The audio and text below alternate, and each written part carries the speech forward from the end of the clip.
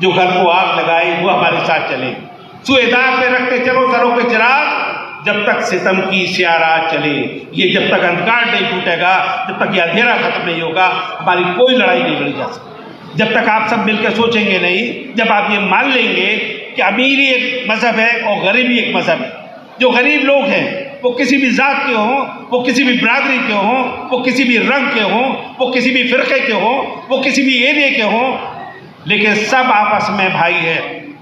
कुछ लोग ऐसे हैं जो मुल्क के अंदर अंधविश्वास के ज़रिए मुल्क पर हुकूमत करना चाहते हैं, मुल्क को कुछ लोगों को बेच देना चाहते हैं, उनके हवाले कर देना चाहते हैं। उसका असर ये होगा कि इस देश का गरीब गरीब रहेगा और अमीर अमीर रहेगा।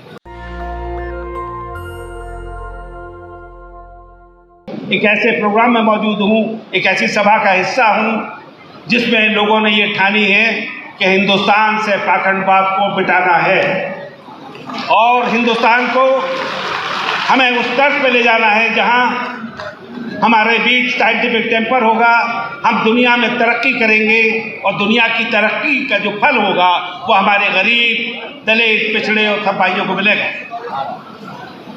मैं आप सबका स्वागत करता हूँ कि आप ऐसे मौसम में यहाँ तशरीफ़ लाए और हमारे इन्विटेशन पर अपना वक्त दिया।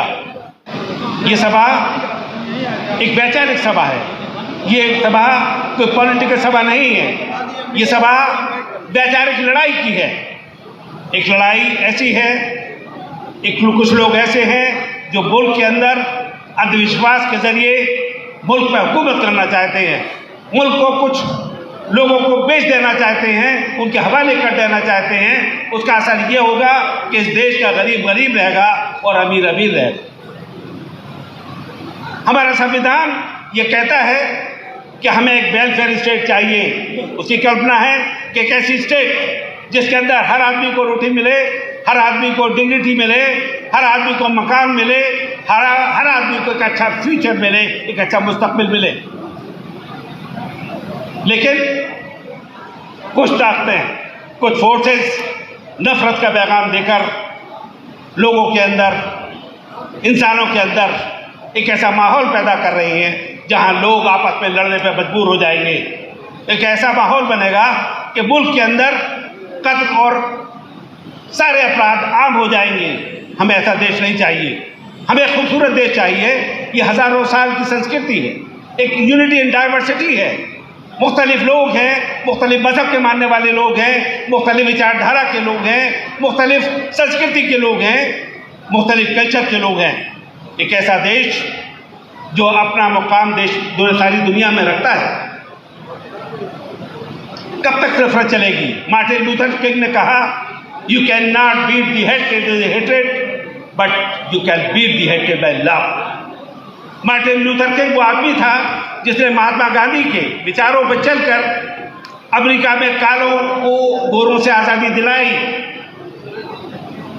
मैं अमेरिका गया तो मैंने देखा कि म्यूजियम के आगे महात्मा गांधी की मूर्ति लगी थी और म्यूजियम था मार्टिन लूथर किंग की जिंदगी का।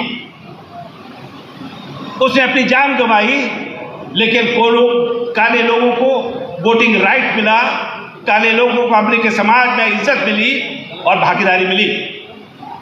आपको सोचना होगा, आपको समझना होगा कि कौन दोस्त है आपका, कौन दुश्मन है। ये चीज़ जब तक आप सब मिलकर सोचेंगे नहीं, जब आप ये मान लेंगे कि अमीरी एक मज़हब है और गरीबी एक मज़हब है। जो गरीब लोग हैं वो किसी भी ज़ात के हों, वो किसी भी बरादरी के हों, वो किसी भी रंग के हों, वो किसी भी फ़िरक़े के हों, वो किसी भी एरिया के हों, लेकिन सब आपस में भाई है। सबको आपस में मिल के चलना है, पड़ोसी का पड़ोसी को ख्याल रखना है। इस देश में हमारी तारीख ये बताती है कि हम एक ऐसे देश में थे जहां इंसान को जानवर समझा जाता था।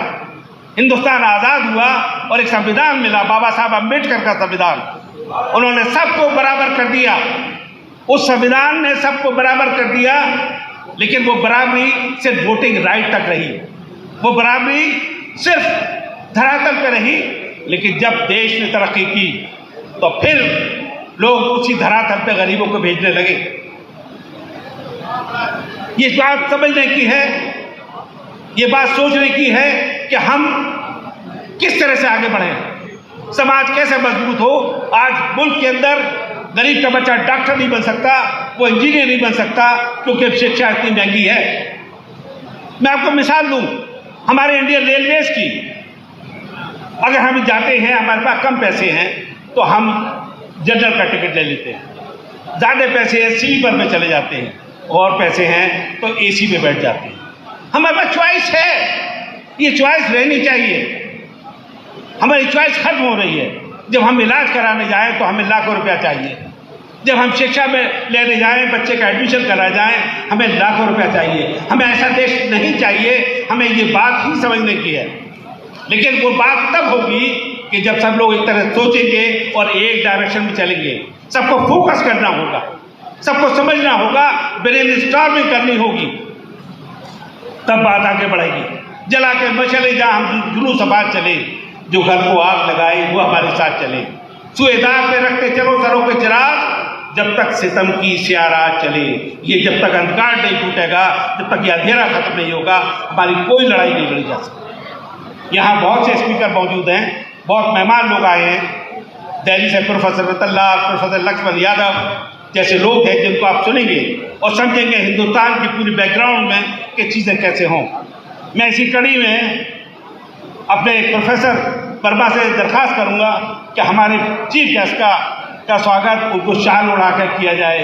मैं अपने सेक्रेटरी मिस्टर महेंद्र यादव से कहूँगा कि वहाँ उनको और हमारे ऑनरेबल जस्टिस वीरेंद्र साहब उनको शाल उड़ाकर उनका स्वागत करेंगे। आप प्लीज़ लाइए शाल, उनको उड़ाइए, ताकि इतनी दूर से वो आए हैं, अपने फ्लाइट लेके आए हैं, तकलीफ़ों से आए हैं और बहुत दर्द है उनके अंदर।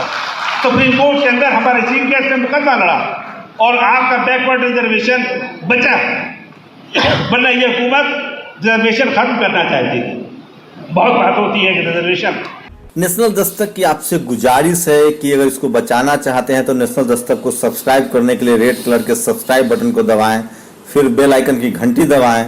नेशनल दस्तक को बचाने के लिए बहुत जरूरी है कि हर खबर को शेयर करें, लाइक करें, कमेंट जरूर करें।